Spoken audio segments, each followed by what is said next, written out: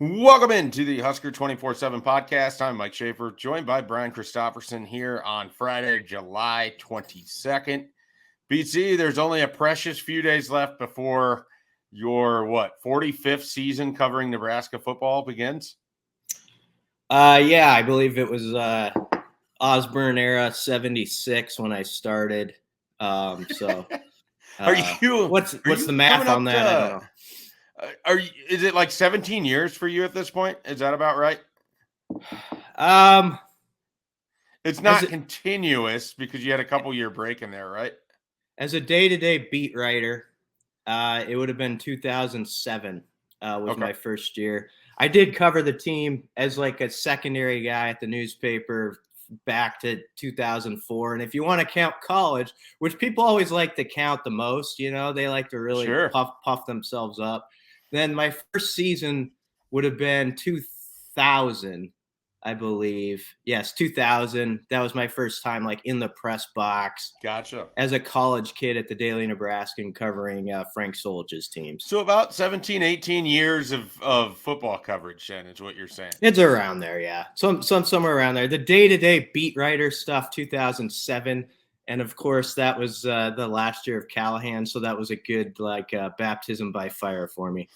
So your first time covering Nebraska as a full-time person for the Journal-Star, 2007, Bill Callahan.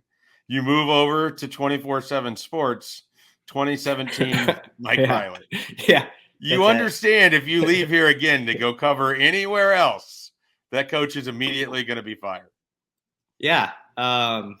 I don't want to make this about me, but coaches should be asking what my plans are every year. Just make sure they're all right for another season. So yeah.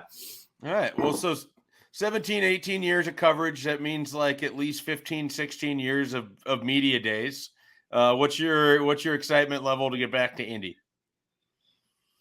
Media days is fine. Media likes media days more than the general public does, I feel like. As a media member who despises media days, I go opposite of that. Yeah, and I think you're a wise man with that. But you would say there are media people who get pretty fired up, and they think everybody else is sort of fired up about it too. It's got kind of a first day back to school vibe going for it, I think. And that's like the closest comparison because there's like this weird need for some to just kind of congregate and gather and discuss what the previous 3 months of not seeing each other had been like. That's kind of what it always sort of felt to me. Did you notice any difference with having it in Indy last year than the customary Chicago that we had grown used to? I wouldn't say I preferred it one over the other. I mean, I always liked when it was at the Chicago Hilton in the ballroom where the final scene of The Fugitive was. Sure, yeah. So that was always nice for you. Talk about people repeating stuff, and like that's me. Like when we would go into that ballroom, if I could find someone who could interact the final scene from The Fugitive with me verbatim, that kind of got me kick-started into the football season. So without that, I felt a little empty. But Indianapolis is cool. They do it on the turf where the Colts play and the combine happens and all that stuff. And so that's a nice place. Indy's a nice city. It has changed over the years, though. The way it's covered, locally, you used to go to the event when I first started. And honest to goodness, I would come back and write a story about Dan Hawkins, at Colorado. Yep. You would actually sit by one of the other teams for a day and you'd I'm going to learn about these guys and I'm going to come back and do all this. And then we realized over time, only 420 people read that story about Dan Hawkins compared to if you write about what the Husker head coach says about who's going to be the starting left guard. And so it's really shifted where we're doing it all about Nebraska. Everybody else is sort of just focused on their team. And it's always kind of funny to me because we could just go down the street and do the exact same thing that we're doing in Indianapolis, of course, covering the team that's 10 miles down the road from us. But I'm not complaining. I just, you just got to sometimes snicker about how some things work. Yeah, I definitely remember the first time I went to a media days, and it was like I'm doing stories on Mike Leach and Paul Rhodes, and Yes. you're down there and in Arlington, and I gotta say that first media days experience was like absolutely phenomenal because it just seemed so cool to me that and it was really kind of like I had covered the spring, the the 2009 spring, and that was really my only exposure to covering the football team. So media days was sort of this big deal, and then the Big 12 like really took care of the media members. I mean, they had like a stadium tour of the new Jerry's World when that was being built. They had a suite for us at the Texas Rangers baseball game. Yep. It was they really took care of us. And so then I remember like the first time I ended up in Chicago going to them, and you're at the McCormick Center, which just doesn't feel like you're even in Chicago anyways, because it's so big. It's like its own little suburb. And it was a completely different feel around Big 12 media days versus Big 10 media days. And like from that point forward, it's just gotten to where, I'm very happy that I'll be sitting at home watching the television coverage, filling in whatever I can do for you and Brunts back here at the command center. So, yeah, that's a little Big Ten media days chatter. Let's talk about who Nebraska is bringing, because I don't think there could be any real complaint about any of these three guys. They don't have someone that makes sense to bring as far as a quarterback, but you've got three guys that are veterans, three guys that are very, very much entrenched into starting roles, and three guys that I think represent Nebraska pretty well. And Travis Vokalek at tight end, and then defensive line or edge rusher Garrett Nelson, and cornerback Quentin Newsom. So I think all three of these guys have, all Big Ten potential, BC, and I think it makes sense for Nebraska to bring them next week. Yeah, and also Nebraska starts practice on Wednesday, a day after they appear at this event. So I don't know if this factored in. I'm not saying it did, but I think it would make sense, or does make sense, to take some guys who aren't going to cause a lot of commotion one way or another. And I'm not saying certain guys would necessarily do that, but like let's say they took Casey Thompson, then you got sort of more of a carnival around the guy who hasn't yet taken a snap in your uniform, and everybody's asking him about the NIL comments he made. They're recycling that if anybody else pops over in our little bubble. And so I think you kind of avoid that stuff, and it's just like, here's the nuts and bolts. These are guys who are going to talk about the nuts and bolts, because that's sort of the mode you want to be in going into your practice the next day. Garrett Nelson's obviously a passionate guy who will, represent the school well. I think Vokalek's interesting though too. I mean, we're doing our most indispensable Huskers list, and he's going to be in our top 5, very high up there, because if you look at his position group, a lot of questions behind him. They have some guys who might step up, whether it be a Borkercher or a AJ Rollins or Brewington, whoever it may be. But there's definitely a 1A component to that tight end room, and then a gap. And so it'll be interesting hearing Vokalek, talk about that. And then Quentin Newsom, they want him to be a leader in the secondary. They want him to take charge back there. And Travis Fisher has told him, you've got to be my guy this year. You got to be the man and sort of own that room. And so it makes sense that he would be at an event like this where you kind of get that going with a guy where it's like you're out front for this team. You see that? You're out front right here in Indianapolis, and it's going to be that way all through this season. Yeah, I mean, I had Travis Vokalek, at number 2 on that most indispensable Huskers list, because if, something happens to him, you're playing someone without a lot of experience, or Chancellor Brewington's playing a lot of snaps at a smaller body frame as your number 1 tight end. So I think Travis Vokalek is really important. I also think, and I've said this, I've written this, I think there's a path where he could lead Nebraska in receptions this year, lead Nebraska in touchdowns. I think he could be a huge red zone target for him. I think that, with Mark Whipple, there's a hope that they have a little bit better passing game going on in their red zone, and a guy with that kind of frame and that sort of wingspan and those hands. I mean, we're both Vikings fans. Kyle Rudolph wasn't going to beat anybody with his speed, but you get down into the red zone and you got somebody with oven mitts that can go catch the ball.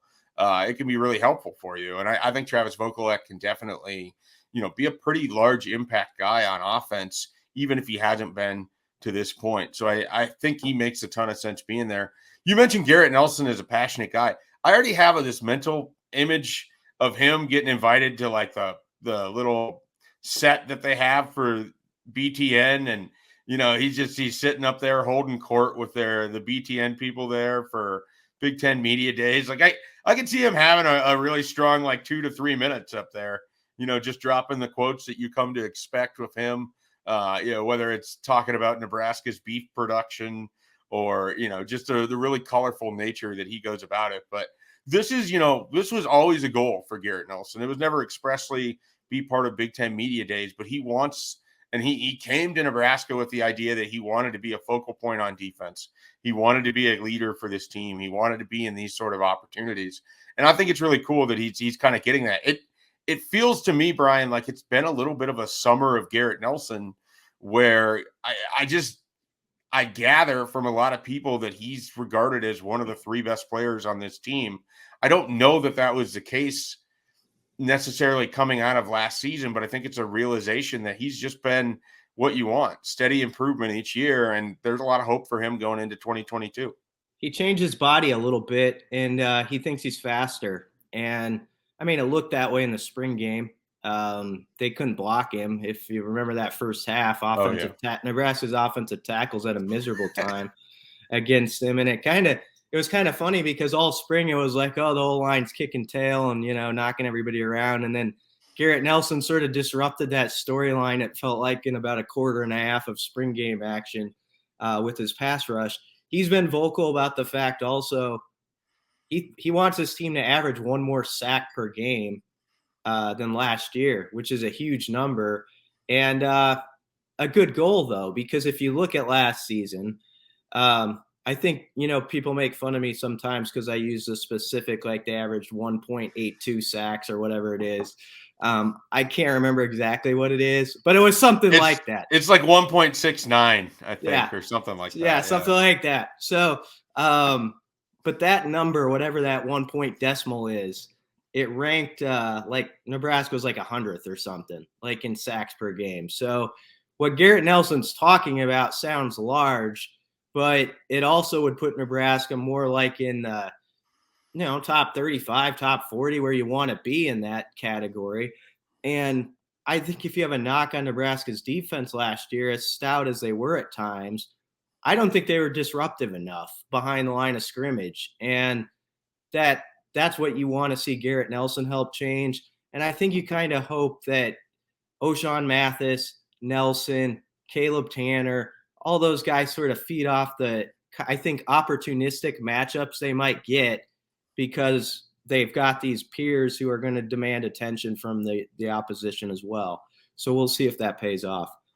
Yeah. And then I was excited for Quentin Newsome to get the opportunity to go too. He's developed into being a pretty good interview and has developed into being a steady cornerback. I think at times last year, he really held his own when he was called upon. I mean, teams ran at him, they threw at him. He was opposite of Cam Taylor-Britt, so he had a lot of attention, come his way, and he held up pretty well. He did not finish with an interception, but I don't think the completion percentage against him was particularly strong. I think he did a nice job when he had opportunities. I know that he wants to be more disruptive, come away with interceptions. I know a big thing for Travis Fisher, turn defense into offense. So that's definitely a goal of his moving forward. But another guy that you're going into his second year as a full-time starter, I think there's a potential that he could be a really good player for Nebraska. I look at, Travis Fisher, and a lot is made of how he goes about recruiting his room and like the certain things that he looks for and how everybody ends up, invariably cross-training positions. But the entire recruiting industry was convinced that Quentin Newsome was a safety. And Fisher just said, no, this guy can play corner. And I think that he's going to be an all Big Ten corner, BC, at the end of this year. I think that's the upside of Quentin Newsome, and I think he's going to get that done for Nebraska. And so he's another guy that is out here representing the Huskers that has high upside for 2022. You know what? You can tell a lot. I was thinking about this as you were talking. with Travis Fisher, guys who are in their first year in the program with him, he will give you signs that I really love this guy and he's going to matter. And he did that with Newsome and Farmer. If you remember when they first got here, they weren't necessarily Buford. Yeah. I think you go way back. Tommy Hill right now. Go way back to Cam Taylor-Britt, the first August where, he was talking. He would talk about how Cam Taylor-Britt was carrying himself like a veteran. He couldn't believe the kind of intangibles that he was seeing. And then lo and behold, Cam Taylor-Britt becomes a multi-year starter for you. Yeah. And Quentin was definitely like that guy who, if you were paying attention the first year, Fisher would be like, he takes care of his business off the field, on it. And then last year, I think the question was when he got out there more, could he be physical? And teams did try to test him on that and see if, like, can you tackle in space? What kind of guy are you out there? And he held up pretty well, I thought. But that's an interesting storyline with the secondary room.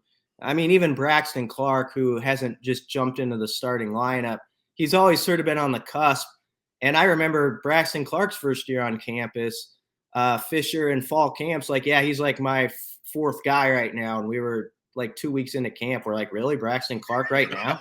Yep. And so, I mean, Travis Fisher forms strong first impressions on guys, and they tend to stick. And Quentin Newsome has always had that, been on the good side of that conversation with his coach. Yeah, absolutely. What do you want to get from Scott Frost out of his media appearances, multiple ones that he'll have in Indy? Is there any specific, talking point that you want to get to out of this, or is there anything that you're sort of anxious to listen to him discuss here at this point? I actually think the nuts and bolts are the most interesting to me out of stuff like this because I don't know. We just pay so much attention to it 365 days a year where it's like, okay, we actually now have had some time away from the head coach. Give us some specifics, like where's Turner Corcoran at? Have the head coach say it on the record, like, is he left guard? Is that what's happening here? It's things like that, kind of sizing up. They've had some kind of interesting position moves that I think some people have put under the radar that are critical to this team this year, like Trent Hickson at center is a huge move that is going to have a big impact one way or another on this team. I mean, even Travis Fisher moving Omar Brown to safety going into fall camp and that competition there. But I think there's going to be a big interest in how is the blend working now? You've had, 2 months or so since the spring where Scott Frost said they were very elementary in everything they did on offense.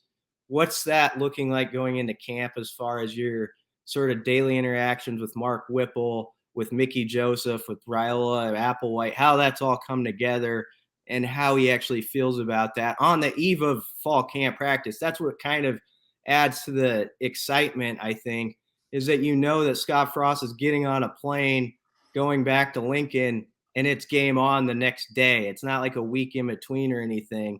And so I think you're going to get some thoughts of a guy who's totally like immersed in like camp already, like his mind's like, this is how we're attacking it. And, how he talks about that could be interesting. Do you feel like the Omar Brown move is as much about Omar Brown as it is about Tommy Hill sort of cementing himself in that spot? And so you might move a guy like Omar Brown to give you the best opportunity to get him onto the field while also keeping Tommy Hill and Quentin Newsome out there?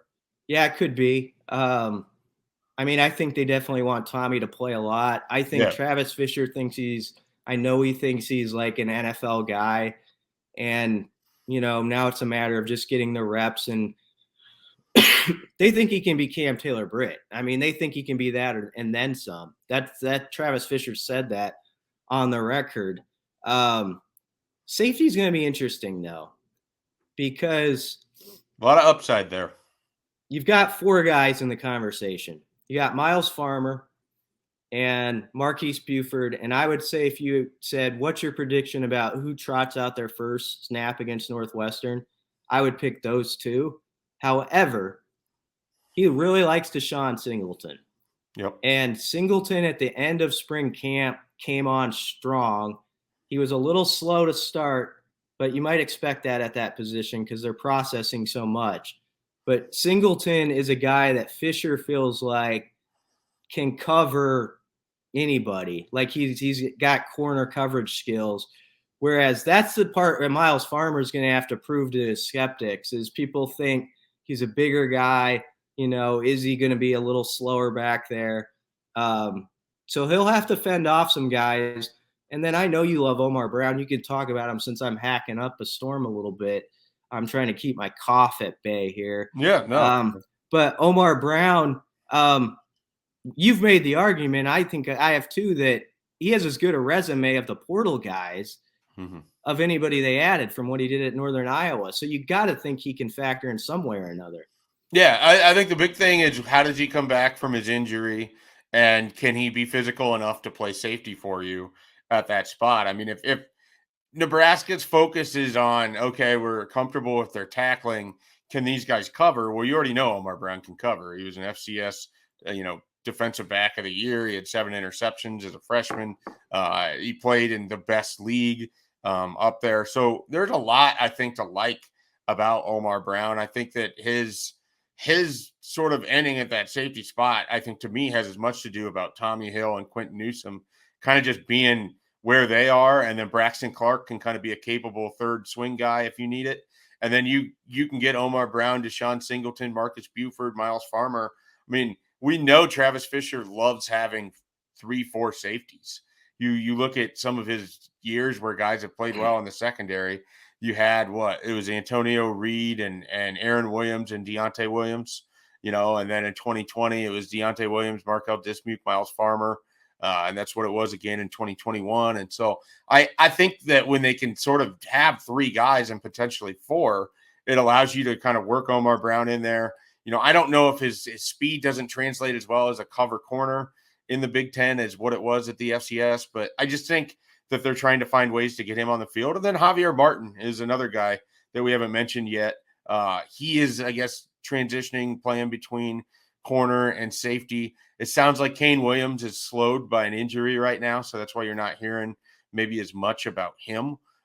So I think at that safety spot, you got a lot of names, you got a lot of intrigue, and then there's some young guys too that down the line could be really interesting there as well. So I kind of like how Nebraska's defensive back sets up this year, considering how much they have to replace in Dismuke and Williams and Cam Taylor-Britt and JoJo Doman. So, for losing as many guys as they do, it feels like they're not in a bad spot there defensively, as opposed to maybe, the biggest question mark any of us have with this team, I think, at least on the defensive side of the ball, is can they stop the run? I mean, I think I feel pretty comfortable that they're going to be able to generate a pass rush. I feel comfortable that the defensive backs are going to hold their own.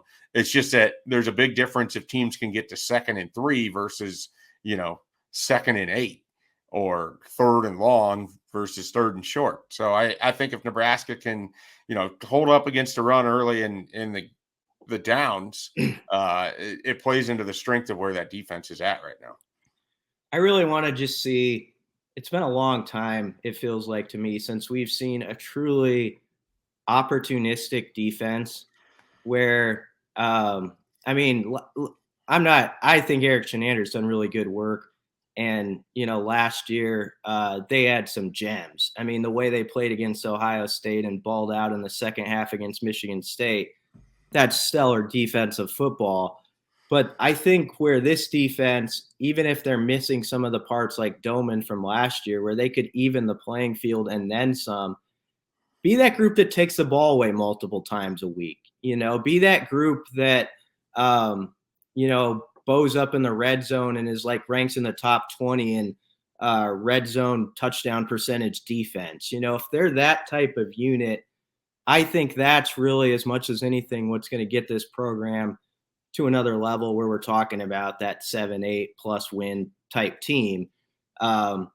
And I can't think of the last Husker defense where I thought they had that like knack for like they're just going to steal the football from you. Yeah. And I mean, I think back to like if we want to just a specific example to put it in people's mind, like Pelini's defense in 2003 when he was the coordinator for Solich, like that. I mean, that's actually the one that pops into my head first is just a group where you like knew they were going to take it away like 3 times a game. And it changed field position. It changed momentum.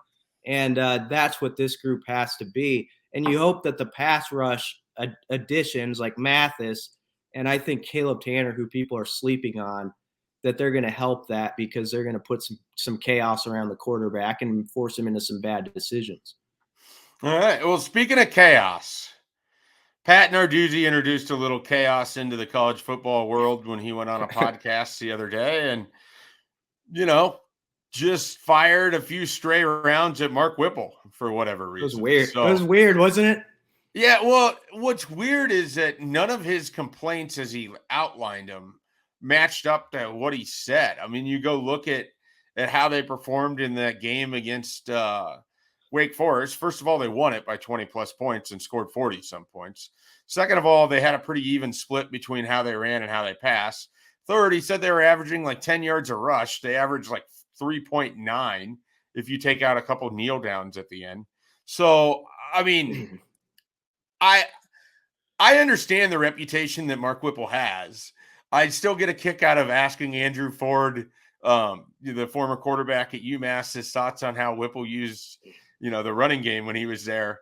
And he just kind of laughed and said, yeah, that wasn't like a real priority for us because we had Andy Isabella and Adam Brennan. And, we're trying to throw the ball to those guys and get it into their hands a lot. And so the book on Mark Whipple is that he gets the ball to his playmakers in the passing game, but it's not like this 90-10 split. Like, I don't think Casey Thompson's going to leave the year throwing it 600 times. I think there's going to be more of a balance there. It was just an odd commentary all the way around from Narduzzi, who also basically boasted that if Pitt had played in the Big Ten, if Michigan State is one of the best teams in the Big Ten, that they, lost that game to Michigan State. But that if that's one of the best teams in the Big Ten, Pitt could easily go into the Big Ten and compete too. And it was just a weird, podcast all the way around from a guy who doesn't really say much to begin with.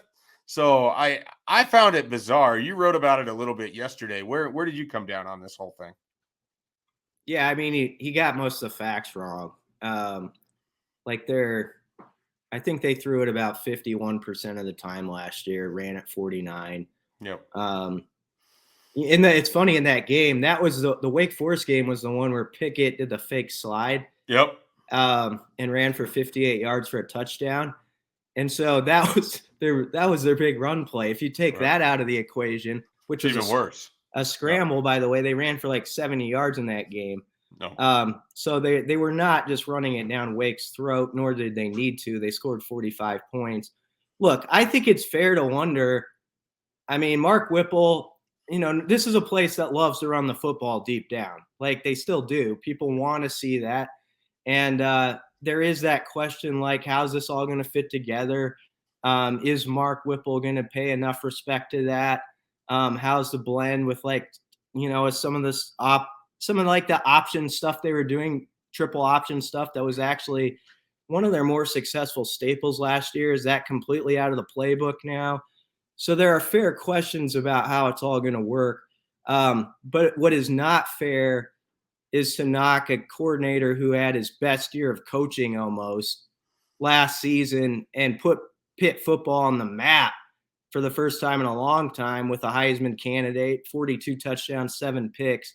So it was a bizarre take. But Mark Whipple is going to do some different stuff according to what, you go back to some spring interviews. I remember James Carney talking about like 3rd and 2, he might throw it on 3rd and 2. Like he's gonna go outside the box a little bit. So people do have to get used to that. And an interesting dynamic to this is you're playing a team the first week that was horrible against the run last year. And so if Nebraska comes out in this game in Dublin and it's a little pass happy and, they scuffle a little bit on offense, there are going to be some critiques right away about like, wait a second, you're going against a squad that, gave up more than like 40 rushing yards than any other team in the Big Ten per game last year.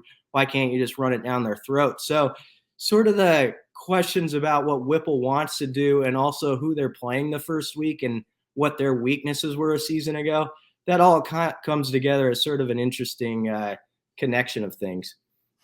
Yeah, that's a good way to summarize it too, because there's going to be a lot of kind of armchair quarterbacking off of that first game against Northwestern, regardless of what happens. And the way that Northwestern defense looked against Nebraska running the football is only going to kind of enhance that.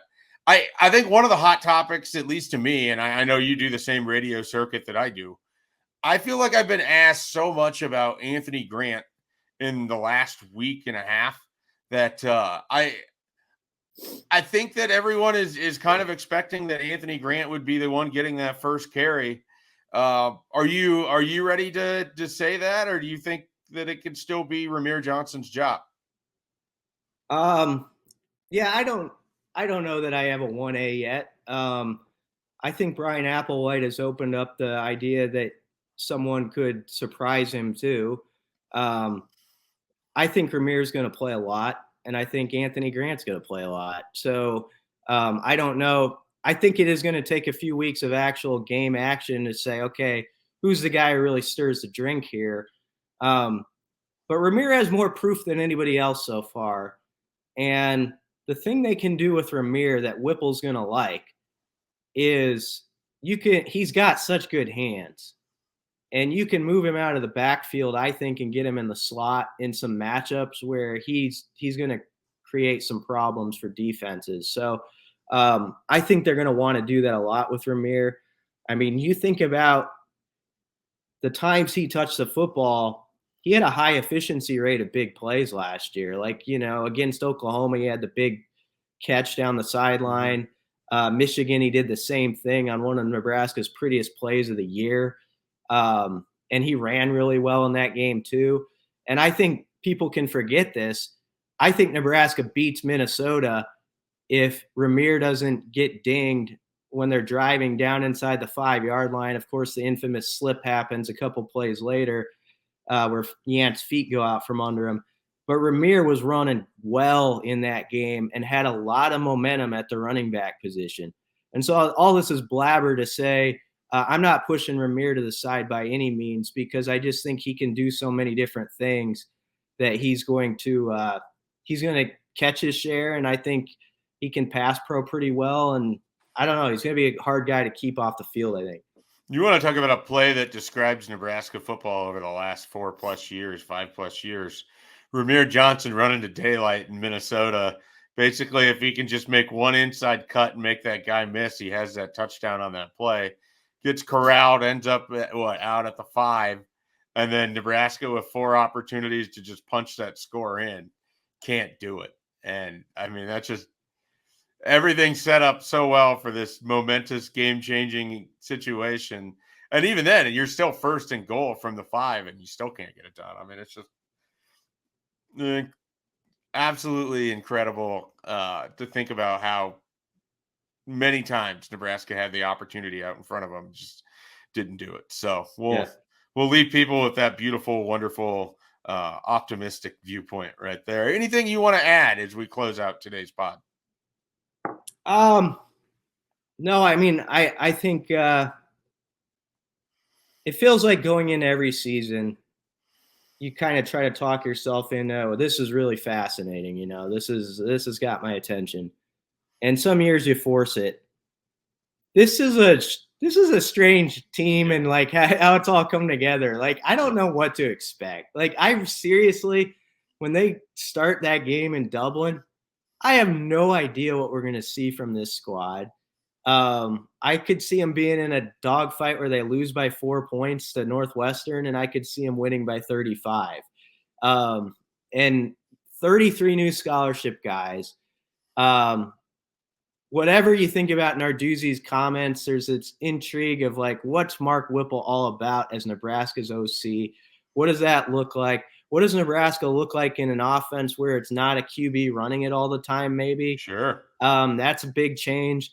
All this stuff is just so interesting. And then, like, did they find it with some of these guys they brought in from the portal on defense where, there was all this concern early in 22 about what's it going to look like? Maybe they'll be just fine. If like O'Shawn Mathis, maybe he's a stud, maybe he's a first team all conference guy. We don't know. So there's all these sort of just really interesting things going on with this team. So it is good that we're into it next week. And I think this is one of the more mysterious Husker seasons we've ever walked into. And I guess that's fun. Yep, absolutely. All right. For BC, I'm Mike Schaefer. We're Husker247. Be sure to check out Husker247.com. All the coverage of Big Ten Media Days coming up here in Indianapolis next week. We'll be back with another podcast following Big Ten Media Days, getting everything summed up as we dive right into fall camp. It is all happening quickly here with the 2022 season upon us. Husker247 is the place you want to be, and we will catch you next week.